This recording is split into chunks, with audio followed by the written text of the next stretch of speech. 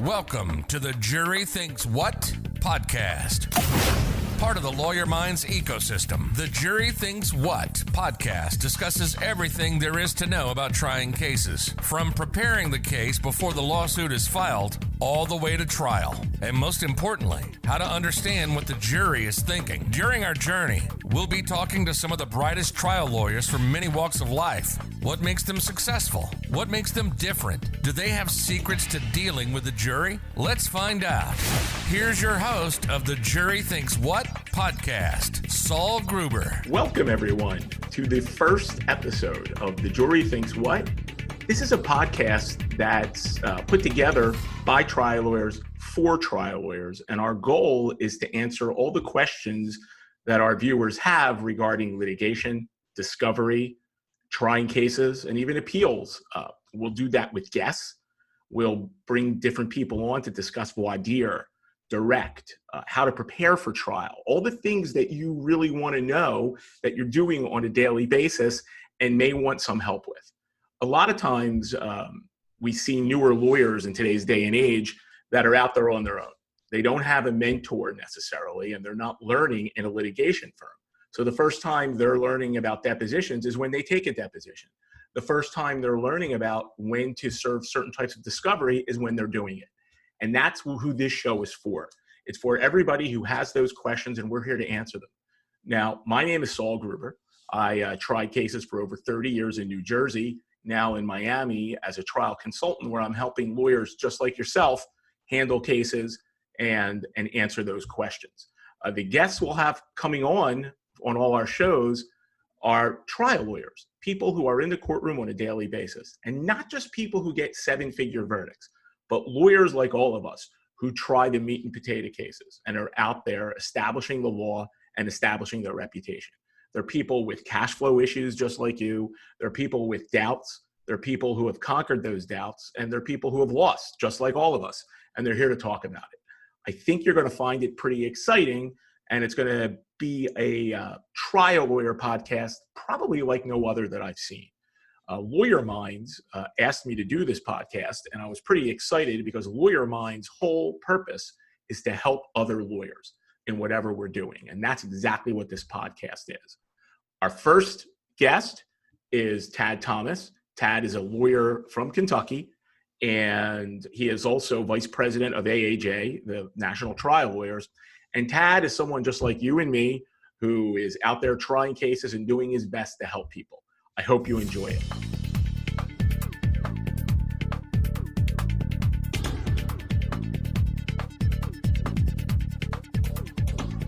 So we're here with Tad Thomas, the first guest of The Jury Thinks What. I'm pretty excited. Tad and I have been friends for probably going on 20 years. He is presently the vice president of the American Association for Justice, AAJ. He's the incoming president of STLA, Southern Trial Lawyers Association. And Tad has offices in Kentucky, Ohio, Illinois, and about to be Missouri. And Tad actually tries cases. Tad, when do you sleep? I sleep very soundly. My wife makes fun of me. As soon as I hit the bed, I'm asleep, and then up at 5 o'clock every morning, hitting the next thing. So. It's unbelievable the amount that you do and how much you've grown and expanded over the last 2 years, 3 years it's been. Well, congratulations. So you are 7 years ago, I hired my first associate. Now we're 10, 11 lawyers now. Wow. 4 offices at least. Mm-hmm. That's pretty exciting. Do you ever worry about cash flow and the money issues that come along with being a business owner? Every day. I just want to make sure all of our listeners understand it doesn't matter how big you are. You still have the same problems and the same issues. Oh yeah. It's, you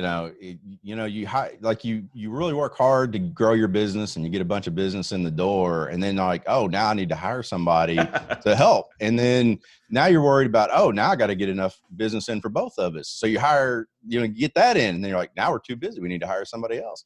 And then it snowballs, and next thing you know, here you are. So. Well, that's pretty exciting stuff. So tell me, what made you want to do trial law?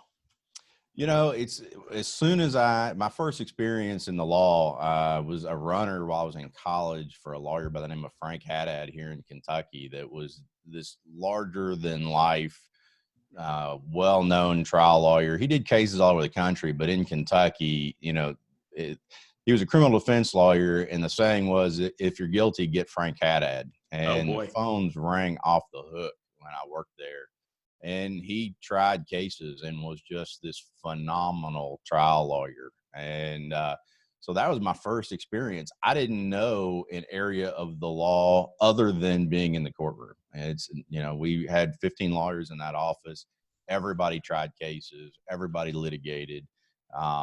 There were no corporate lawyers and bankruptcy lawyers and things like that. So you didn't have, trial lawyers, not litigation attorneys, is what you're telling me. Exactly. We were trying cases all the time, and that's what I got to see.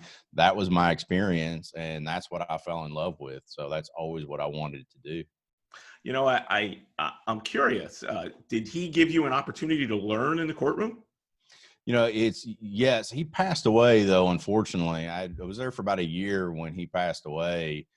His brother ran the office, and that's when I really started getting exposed to the civil cases, because Frank would generate all these cases and he would give all the civil cases to some other lawyers in the office. And Ron Hillerick, who's been my mentor for 25 years now, did tons of civil stuff, products liability, med mal, and things like that. And that's where I really learned the civil side of the business, watching him try cases, and how much fun it was to be in a courtroom. The first big trial I remember seeing him do was against the Louisville Water Company. And it was a wrongful death case, and the jury came back with a $2.5 million award on a really tough case. And I remember Ron doing the My Cousin Vinny closing argument, and I'm sitting in the back just about falling out of my chair laughing, but it was so good. So I fell in love with it from the very beginning. It's interesting, just to go off of what you just said. I see a lot of younger lawyers that didn't have the opportunity to have a mentor. I know I did in New Jersey, had a mentor for at least 10 years that would just tell me, go try cases. We don't care what the results are. These are the worst cases in the office, but we want to be the trial firm. So I won a couple of them, lost most of them. But I had someone in the background telling me, well, here's what you do with this. Here's what you do with that. Here's the jury charges. Is that something that you had working at that firm? Absolutely. I had 15 seasoned veterans. I was a solo practitioner back then, sharing office space with them. I could go in and talk to any of them about what would you do in this situation? What would you do in that situation? And that's what I've tried to cultivate here in our office as well. We've got a lot of really good lawyers that work with us here in this office, and, we're always bouncing ideas off each other, whether it's in person or on Slack now that we're social distancing. But, having a mentor, having someone that you can ask questions of, in this business is incredibly important, because there's not a lot of books that you can pick up. I can read rules of the road. I can read damages. I can read, all these trial treatises that are out. But man, until you're in the room and you're standing up in front of that jury trying to put something in place, you don't know what it's like. And there's no question about that. There's something exhilarating and completely earth-shattering, frightening about standing up and starting your opening statement. Yeah. And that's kind of why when you and I spoke, I wanted to do this particular podcast, was to give younger lawyers and experienced lawyers who don't have a mentor, who are not at a big firm, an opportunity to listen to people like you and all the other guests we're going to have, but also give them an opportunity to ask questions, email, and use this as a mentor, so to speak, because they don't have that opportunity in their own offices. Right. And that's why we started Lawyer Minds to begin with. That was the whole point, is that it's, lawyer content curated by lawyers for lawyers, giving that helpful information, where we talk about not only the cases that we win, but the cases we lose. You and I are the same. I learned more about in the cases that I lost than the cases that I won, as far as how to try a case. I could still remember putting a seminar together for the nursing home litigation group of AAJ, probably 10 or 15 years ago in Las Vegas. And one of the speakers, the topic was what I learned from a loss. And it was fascinating. The things we learned from a loss are just sometimes stick with us so much longer than what we learned from a win. Oh, it's burned in your psyche when you screw something up, and seldom do you make that mistake again. Yeah, it certainly is. So one of the things I wanted to talk to you about, I know you're doing a lot of nursing home cases in all of your offices. Right. And one case that's always intrigued me was the Moore case that you handled, I think, in Paducah, Kentucky. Yeah, Why far don't you west of Kentucky. tell us a little bit about that and what type of area Paducah is? Yeah, so Paducah is a town of about 40,000 people. Kentucky's a conservative red state to begin with, and when we did our jury surveys, we knew that 3/4 or more of our jurors down there were conservative Republicans. So that's kind of the community that we were trying the case in. But it was a really unique case. You think of nursing home cases as bed sore cases and fall cases and those sorts. This was a wrongful eviction case. The short and sweet of the facts are. I'm sorry, a what? A wrongful eviction. Yeah. Can you believe Okay. that? So we had a resident who had dementia with agitation on admission to the nursing home. She would spit, she would swat, and the facility knew of these issues that she had and failed to care plan for them. Fast forward, several months down the road, they essentially concocted a way to kick her out. And it just so happened that it was at a time when the family was going from self-pay at the facility to being Medicaid. So the daily rate's going from $300 down to $150 or $160. So in framing the case, you were looking at it that it wasn't that they just wanted to get rid of her. It's they got rid of her because they couldn't make enough money off of her. Exactly. They were going to start losing money. So let's come up with a way to kick her out. We can't just say leave because you're not paying us enough. So they concoct this excuse to send her to a psychiatric facility. And what happened after that to, Miss Moore, it was really tragic. There's a condition called relocation stress syndrome that someone with dementia can get, and it causes physical manifestation. So she had a bleeding ulcer that she was required to be stat flighted to the hospital. She died of a sudden cardiac event just a few weeks later. All of which our expert doctor testified, stemmed from this eviction. How did you determine A, that theory, and B, that it was the best theory or best way to frame the case to use at trial? We started out where we knew that the eviction was improper and it violated all sorts of state and federal regulations. So, you start with that, and then you start looking at the quality of the facility, and you look at the federal documents that you can get, the cost reports, other things that you can get that's publicly available. And one of the first things we noticed is the number of Medicaid bed days was like being cut in half each year for like 3 or 4 years in a row. So that clued us in immediately. And we knew from the family, they were supposed to be having a meeting. Like, she was kicked out on a Saturday night. They were supposed to be having a meeting on Monday to talk about going on Medicaid. And, okay. So that kind of clued us in. So you actually talk to your client and listen to your client's story to help guide you to find the frame and the story in the case. Absolutely. And Catherine James I'm interviewing her for our podcast, and she's just got a book coming out called Capturing Witnesses' Stories. And I think it's going to be a must buy for any trial lawyer. But yeah, it's, the best cases are the ones where you have a great family. And so we sat, I sat in their living room, sat at their dining room table and talked to them about their mother and their grandmother, and really learned about who she was as a person, how she ended up to be in this facility in the first place, and then the things that happened toward the end of her life. And, and understanding those family stories and being able to pull that out in direct examination, that's what I think is the key to a case. I've lost cases where I had them on liability. I was sure of it. And the jury just didn't like my client and just didn't want to give them money. So do you think that no matter what type of case you're doing, whether it's a great case, a case that turns out to be not a great case right before trial, one of the keys is knowing your client and listening to your client's stories? Oh, you have to. You have to immerse yourself in what happened and knowing who is who, and being part of the story, in your mind, being able to visualize what was going on when the different conversations were happening, and understanding what your clients were feeling when they get a call from the owner of the facility saying, come get your mother on Saturday night at 6:00, so that's such a huge part, and because juries know whether or not you believe in your case. And if you go in there and you don't believe in your client, you don't like your client, you don't believe in your case, you might as well not be trying the case, because the jury's going to run you out on a rail.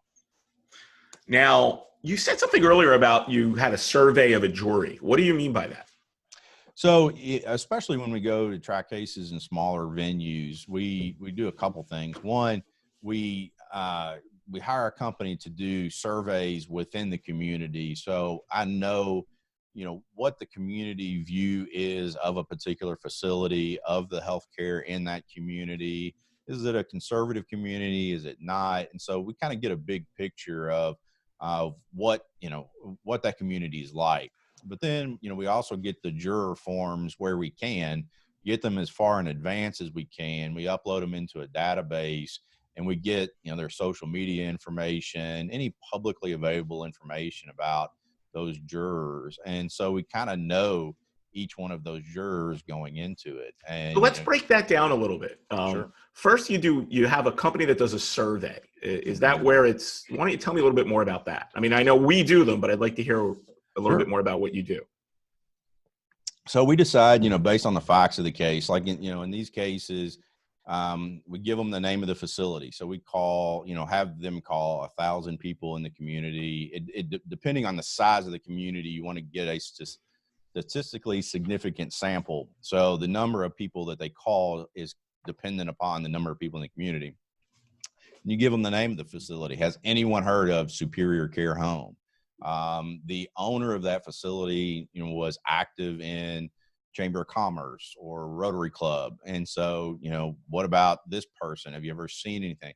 Have you heard anything positive or negative about the facility? Things like that. And so you're really not trying to find out their opinion in life, whether they're conservative, liberal. You just want to find out what they know about the facility, what those type of biases are. You do get some of the background questions, so, there's a few quick questions like, who did you vote for in the last election? Did you vote in the last election? So there's, 5 or 6 of those biography type questions that I would call them. But yeah, I really want to know about that particular facility as well.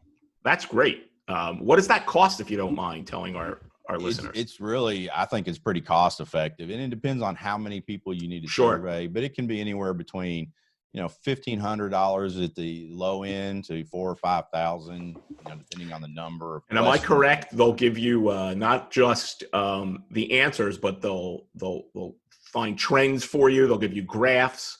They'll give you a lot of things you can use to make a determination as to what people are thinking and maybe why they're thinking it. Absolutely. It's just like a political survey. The company that I use actually does political surveys as well. So yeah, you want to look at the basis for those opinions as well as what the opinions are. And then, so you're armed with that. And the other thing I wanted to break down with you, if you don't mind, is in Kentucky, it seems to me you may be able to get the jury voir dire, the jury pool, before you actually pick the jury. Is that what you're saying? In some counties, yes, and others, no. Here in Louisville, we get them when they're walking into the courtroom. Yeah, so that's how we used to get them in New Jersey. Yeah, so you can't do it in Louisville. But most of the other counties, the smaller counties, once the jury has gone through orientation, a lot of times they serve for a month. So once they go for orientation, I can get that jury pool, which is usually 100 to 200 people in those counties. And it's easier to do, this advanced, research. Now, in the Moore case in Paducah, were you able to get that type of information before you picked the jury? Yeah, we were. And, so we knew who was on the jury. So we were able to, sit down with our clients and say, what names do you recognize? And, in that particular case, one of the daughters of Miss Moore had been school superintendent, for 20 years or something like that. So, I was looking out for people that were in the school system, and, Right. really more because she had to make some really tough decisions while she was school superintendent. So not all the teachers were happy with her, so, those might've been people that, we needed to probe a little harder in Voir Dire. And do you think that information, that type of homework that you did, helped in picking the jury? Yeah, absolutely. I give you an example. The next trial that we had right after that, we did the same thing. The defense didn't have the jury forms. We had gotten them the Thursday before trial.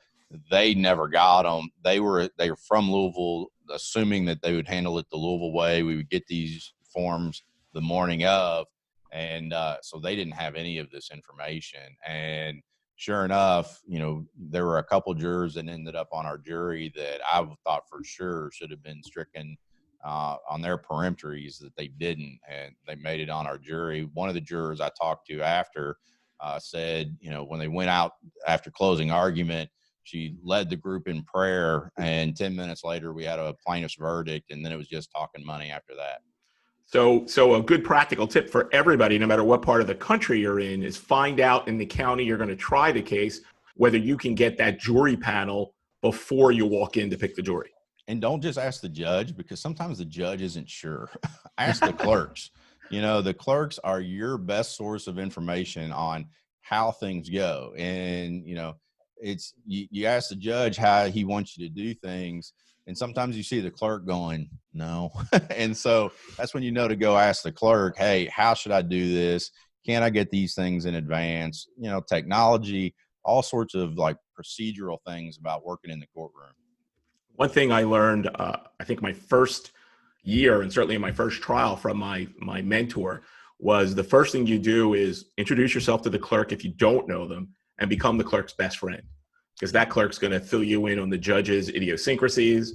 That clerk is going to tell you how that judge picks a jury, whether, all the different quirks that judge has, assuming we're going to pick juries again. And things of that. So that's a great tip from you, Tad. Hopefully everybody is writing that down. I always make sure, like when we've got the seating and we're sitting at the table, if the clerk happens to be close to our table, I always make sure I take the seat closest to the clerk. Well, that's good. Now, how long did this trial last? The Moore case. It was only 5 days total. We did openings and closings on Monday. Openings and jury selection on Monday. Plaintiffs proof Tuesday and Wednesday, defense proof Thursday, closed Friday morning. So now this was a nursing home case, which I handled for 25 years when I practiced, and that's a form of a professional malpractice case. So Absolutely. some would call it a subset of a medical malpractice case. How did you put your proofs on so quickly? You don't throw everything against the wall and hope something sticks. You got to go in there. The jurors do not want you wasting their time. And so, they're not stupid. You don't have to feed them something 6, 8, 10 times for them to remember it. And especially if you shorten it up, they remember what happened on Monday on Friday. If I go 2 weeks, my closing argument might be a little longer because I worry about what they remembered from the first week. But if it's Monday to Friday, they remember what happened on Tuesday and Wednesday. And so we go in with just laser focused questions. I always say it's inversely proportional preparation to trial. If you're going to do a short trial, you spend twice as much time preparing, as you really got to nail down what's important. And I don't make sure that I call everything in my case in chief. There's certain witnesses that the defense has to call, and there may only be 5 questions I want out of that witness. I wait for them to call them, and then you get leading questions. You go in, ask your 5 questions, and sit down and shut up. And so in that case, going on what you just said, you still have to make sure that you make your case, though, correct? Yeah. Is that's something important? At least make sure that you're going to put on a prima facie case if you're not going to call one of those witnesses and wait for cross. Sure. So I call my expert, and they talk about standard of care, and they kind of give the rules and what their view of the admissions are. But let's say there's a nurse on the other side that I know is going to give us 5 really good admissions. I don't have to call that nurse in my case in chief. If it's a key witness, they can't help themselves but to call those witnesses. So I know they're going to call them. And so you're sitting there loaded for bear on those 5 questions. I don't need to waste my time in my case in chief calling that witness. So getting back to what you said, which was one of the reasons I found this most fascinating when we talked about it when you got the verdict, was how quickly and how laser focused you put this case on. How did you go about making a determination at what you were going to ask and what you wanted to prove? So, you sit down in advance, and you always sit down with the jury instructions, and the jury instructions should frame all your Q&As in your openings and closings. But then, in Kentucky, we get pretty liberal voir dire for the most part, so by the time I get to opening, the jury already knows this is a nursing home case. They already know that she was kicked out of the nursing home. They already know that she had dementia because I've asked them about their personal experiences with all that. I don't have to spend an hour telling them that part of the story. It's, I can reference, what I asked in voir dire, do that part of the story in 5 minutes, and then move on to the good stuff. And when it comes to like cross-examination, I don't have to hit, if we've got 10 key points that are admissions from the other side that I know I can get from their witnesses, I don't do all 10 from every one of the witnesses. I pick 3 from this one, 2 from this one, so that our cross-examinations are always 10 or 15 minutes. We get in, we hit them on the good stuff, and we sit down. And studies have told us that people really don't have the capacity to listen for more than 15 or 20 minutes. Everything just goes downhill after that. Yeah. And if you're asking, if you're regurgitating everything from the trial with every expert and every witness, they get tired, they tune out because they've already heard it 3 times. So then when you get to the good stuff, they're not paying any attention. So just get to the good stuff with all your witnesses and forget about all the extraneous stuff, qualifying experts. Look, I don't spend an hour and a half saying why my expert's qualified to talk about this particular issue. I ask them just enough to get past any kind of motions to, right, on them being an expert. They're qualified. The jury assumes they're qualified. And then again, the defense attorneys they can't control themselves. They've got to go back and say, well, you've never spoken on this issue. And then that's when your expert says, well, that's kind of a bullshit question. I probably shouldn't say that on your podcast. That's kind of a crappy question. It's not fair because I've spoken on all these other issues. Right. And, then your expert has the chance to really go after them on qualifications. Okay. So you use the My Cousin Vinny way. Absolutely. And I think, best lawyer movie I've ever seen. I mean, one of the most incredible, there's no question about it. And I understand now in law schools, they actually play some of those cross-examinations to show that you really don't have to be anything fancy when you're in a courtroom. Nope. You get direct and to the point with, leading questions. So let me ask you, so you have the laser focus and you've worked 700 hours to get to the point where you can use laser focus questions. When it comes time for you to do your closing argument, and when it came time for you to do it in more, how long was your closing argument? 45 minutes. And how did you determine what you wanted to include and what you didn't want to include? In that case, it really became, a contrast between the owner of the facility, who came across very poorly to the jury, and my client's family, who was a tremendous family. And there were certain things in the trial where it was a he said, she said kind of thing, and there was credibility. So I took it upon myself to just really attack the owner's credibility in closing and compare. We had great medical records that told our story. They tried to run away from the records. So I hit that 3 or 4 times and just kind of reminded the jury, these people are liars. Okay, if they're lying about why she was, evicted, why was she evicted? Here's the facts. Here's why that's punitive damages. And, so I played a couple quick clips from the trial that really contrasted the plaintiff and the defendant in the case, hit the high level things very quickly, hit their admission, say, look, don't worry about what my experts say. Their own experts said this. And, and then it's really motivating the jury, empowering the jury. Am I correct that you probably knew 85% of your closing argument before you even opened in that case? Oh, absolutely. Oh, absolutely. And you use most of the same slides. When you closed in that case, and when you close in many of your cases, you hit on this a little bit, but I want to, for one of our last points, make it clear to everybody. Is your closing argument just a regurgitation of facts? Oh, absolutely not. It's, maybe 10 or 20% is facts. A lot of it, I spend a lot of time on jury instructions because, even in Kentucky where they're somewhat simple, they're still confusing. And I've lost, again, you learn more from your losses. Some of my losses were because of a specific term in the jury instructions. So I won't make that mistake again. So I spend a lot of time on jury instructions, and then, a lot of time empowering the jury and, explaining to them why this case is worth the kind of money that I'm asking. So in Kentucky, you get to ask for a certain amount. Yes. Okay. Do you ever decide that you're not going to give the jury an amount in a trial? I haven't done that. I feel like for me, that's dangerous. I've never been comfortable doing that. I know some lawyers that have done it that way.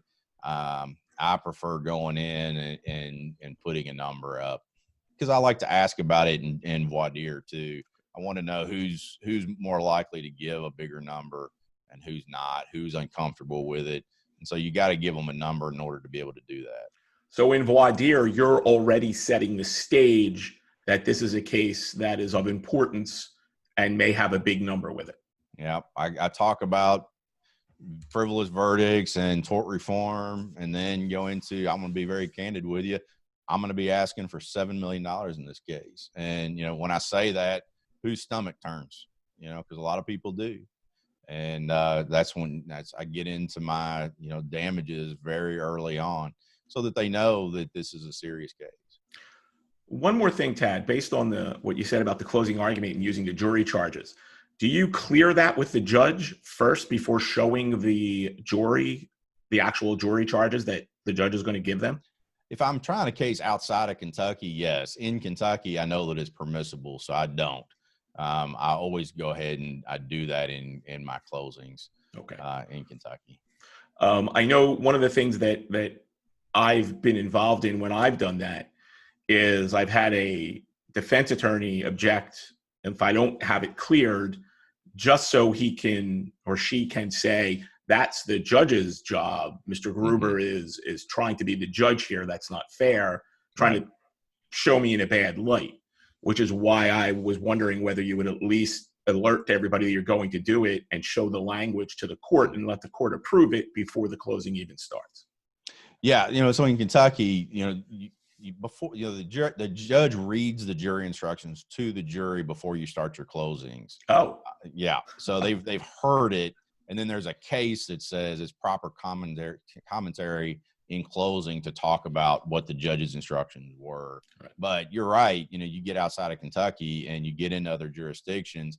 That's not necessarily a clear issue. Sometimes it's clear you can't talk about it at all. Right. Sometimes it's a little less clear, and definitely it's a smart idea to ask the judge in that case. And the reason I said that isn't so much that I'm worried that the judge will say no. I just don't want to, once your credibility is being attacked by defense attorney, if one juror believes that defense attorney, your whole case could go down the drain there. So that's something you always want to think about. Yeah, credibility is the most important thing for a plaintiff's lawyer. If you go in there and you lose your credibility at any point in time, that case is lost. So to sum up, laser focus during the trial, prepare, and know your client's story and find your client's story are three keys that you think to a trial.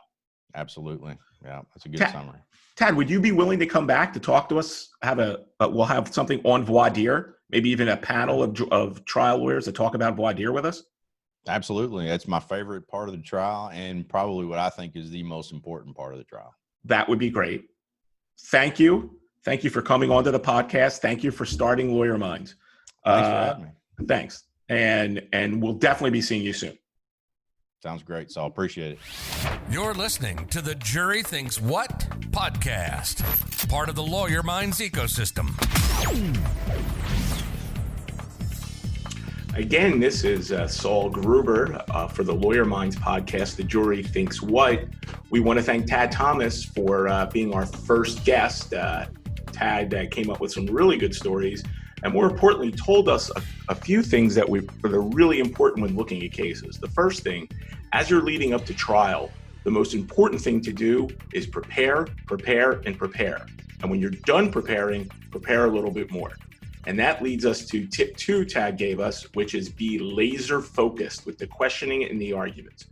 The jury does not want to hear everything you know about a case.